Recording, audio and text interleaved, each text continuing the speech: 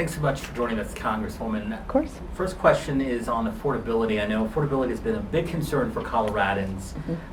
What policies would you support to address that and to help lower prices?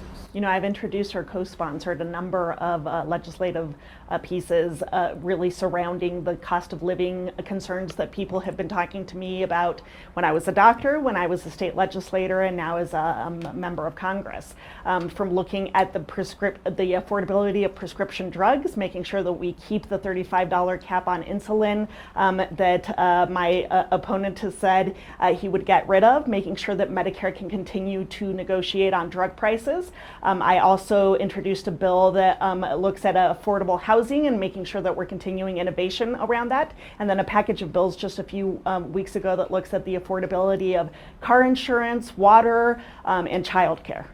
So really, I'm looking at it holistically, taking the concerns of my constituents in mind. I've introduced a lot of pieces of legislation around it. Sadly, in a Republican-controlled House, those have not advanced because we are on track to be the least productive Congress since the Civil War.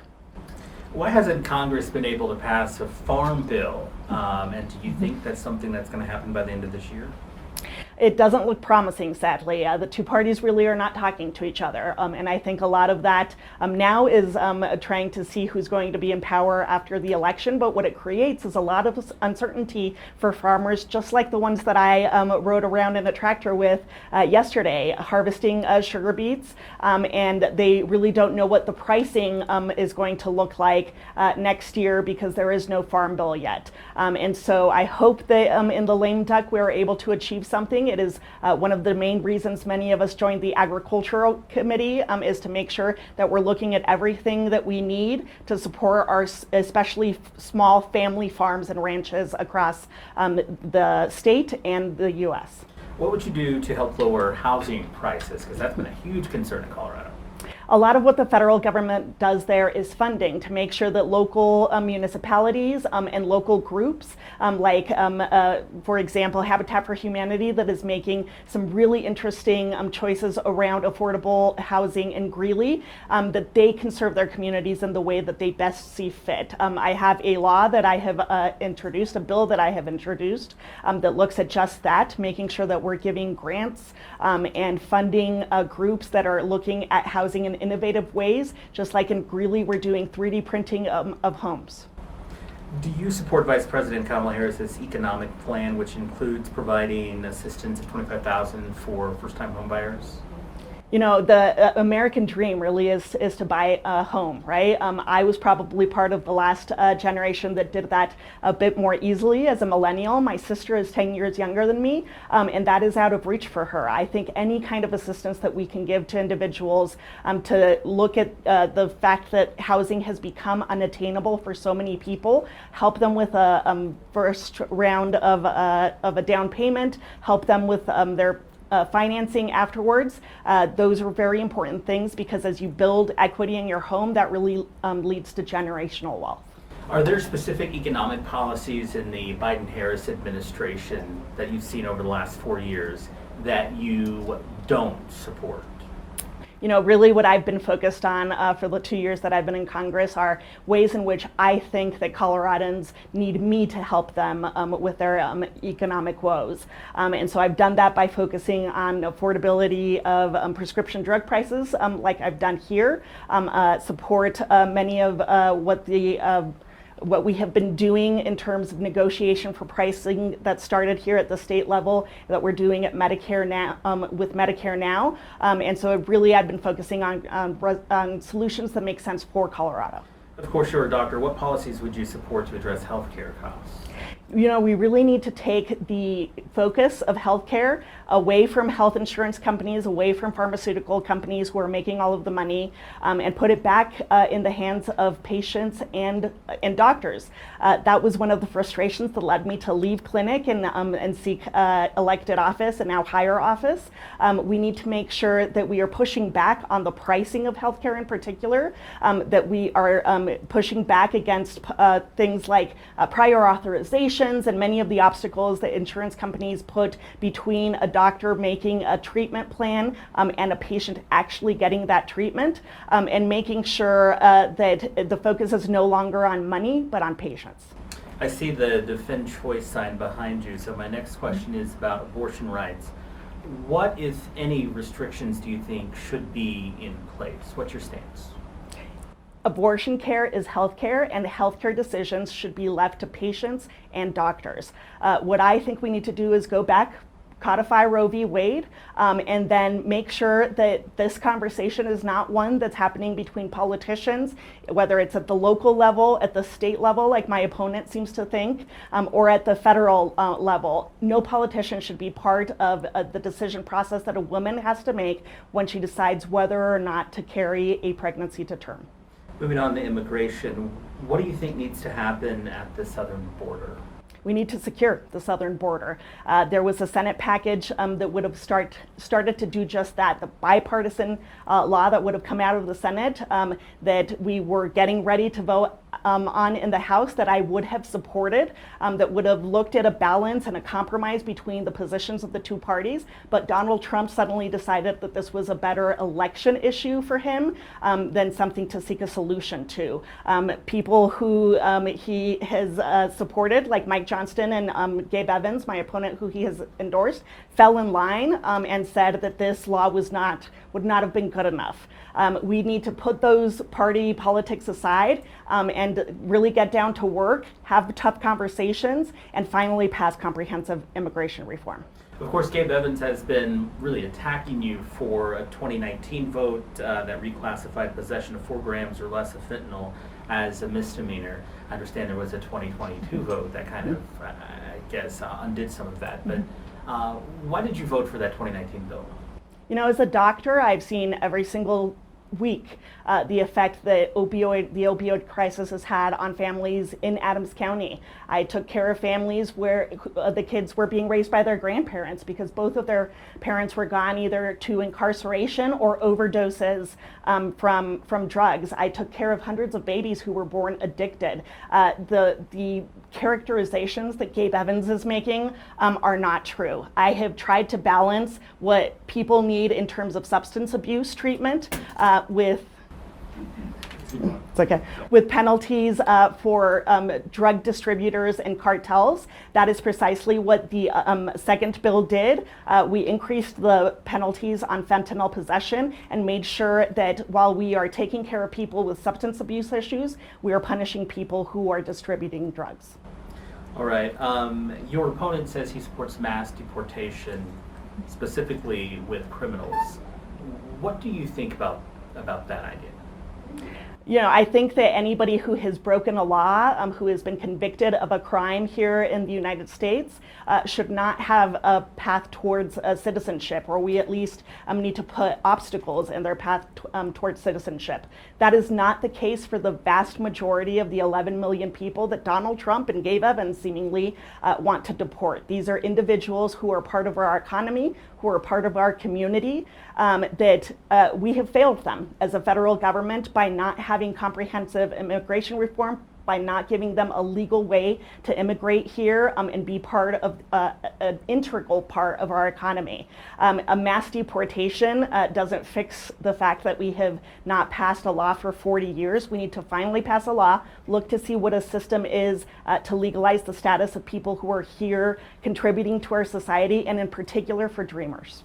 How much is President Biden to blame for the crisis at the southern border? You know, I've voted for resolutions and sent letters to the administration saying that many of the changes that they ended up making needed to have been done much, much earlier in their administration and in the migrant crisis that we've seen over the last several years.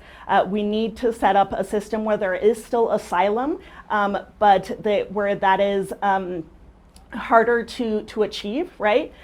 So that we are not having an influx of a huge number of individuals like we saw over the last couple of years. Also, I sent repeatedly letters to the Biden administration saying that cities like Denver needed aid. The border crisis was not just affecting places at the border like El Paso or places like New York.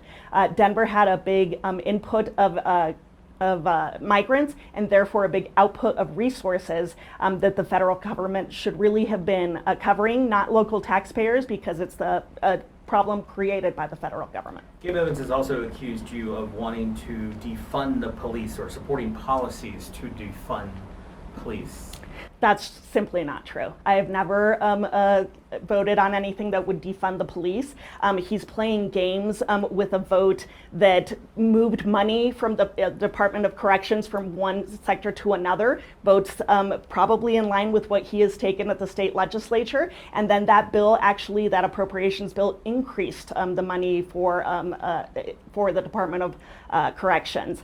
So all he seems interested in doing is lying, bending the truth, and trying to take attention away from the fact that he wants to take freedoms away from women, LGBTQ couples, and so many others across Colorado.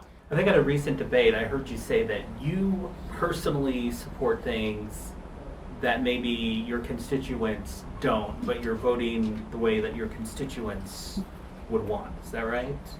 Well, I vote in line with what my job is, which is to be representative of the 8th District of Colorado. This job is not about me. It's about being the voice for 750,000 people in Colorado's 8th District, a district that is very evenly divided between Democrats and Republicans, and actually where the vast majority of voters, 46%, are independent. And so it's really taking ideas from the Democratic Party, the Republican Party, trying to reach a compromise, and reflecting that in my votes and in my my legislation. So scientists say that Colorado will face more water shortages in the future due to warming temperatures and growing population. What specific actions can Congress do to address that? You know, water is going to be an increasingly important issue across the country, but in particular in western states like Colorado. I've been happy to join discussions with the upper and lower Colorado River Basin legislators that were convened by Congressman Neguse to really look at the issues that we need to look at in terms of water storage, in terms of water conservation, which I have done with a whole slew of bills that will hopefully be included in the Farm Bill when that advances, and by talking to farmers and ranchers here in the district to hear about the issues that they're seeing around water access and what they think solutions might be. On gun control, what do you think needs to be done? You know, as a pediatrician, I never thought that I would get to a point where the most common cause of death in children overall is death by gun violence. That is simply unacceptable. The fact that we have to continuously teach children in our schools what to do in an active shooter scenario, that's unacceptable. We need reasonable gun control, like we've done here in Colorado, that looks at universal background checks, red flag laws, limiting access to assault weapons and large magazines. Part of work that has been started in Congress, but that we need to complete, that we need to look at Colorado as a model for, to say there's responsible gun ownership, but there's also a need to keep kids and our community safe. Do you support giving more money for Ukraine and Israel as well? You know, the United States may feel sometimes like it is the only presence in the world, but we are very, very interconnected to other countries, and therefore it is really our responsibility and in our best interest to take care of democracies across the world, whether it's Ukraine, which would be, if it fell, a domino to get to Poland and then the rest of Europe by a dictator in Putin, or whether it's in Israel, which is the only democracy in that area of the world, and is an important ally for the United States that should exist and that should be able to defend itself. The U.S. has roles in making sure that those democracies don't fall. All right. Should there be any conditions tied to this funding? I think that gets difficult. We would really have to look at the details of that and see whether that would hinder their ability to protect themselves. All right. If Donald Trump is elected, what worries you? Democracy. the fall of democracy worries me. My parents came here in the 70s because the United States was a beacon for democracies across the country.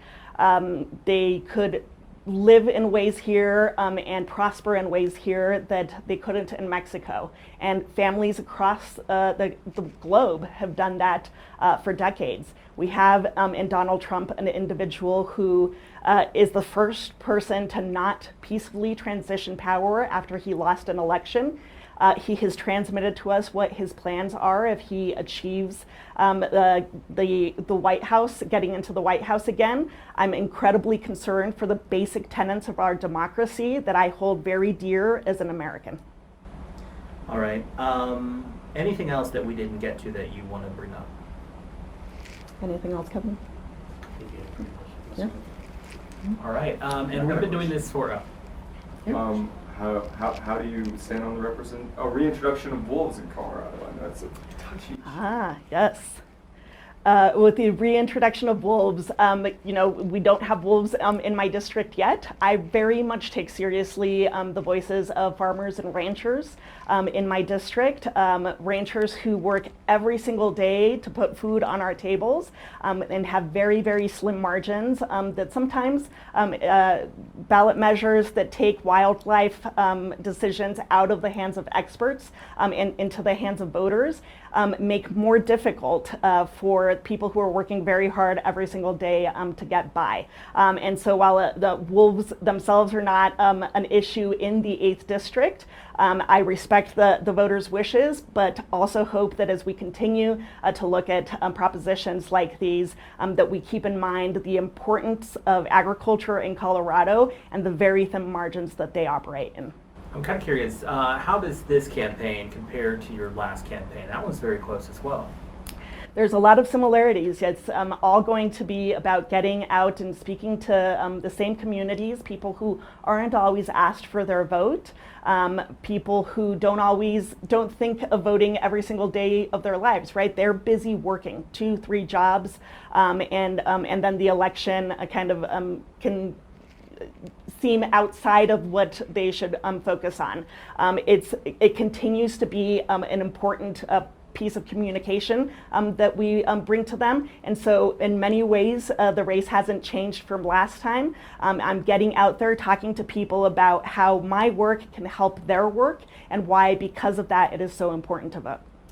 For the last 2 years, I have been working tirelessly to represent the 8th District of Colorado in Congress. It has been chaotic, it has been messy, but despite that, I have been voted one of the most bipartisan freshman members of Congress and had one of only 44 laws signed by President Biden this term. I am born and raised in Colorado, the child of immigrants. I've been able to live the American dream. And when I was in clinic taking care of kids, I saw that dream was really falling out of their grasp. I want to make sure that working families like mine, my dad was a construction worker for 51 years. He was able to put 4 kids through college, to make sure that we're putting that American dream back to reality for so many of the kids that I left in clinic, but that I'm representing now in Congress. And so I hope to earn your vote.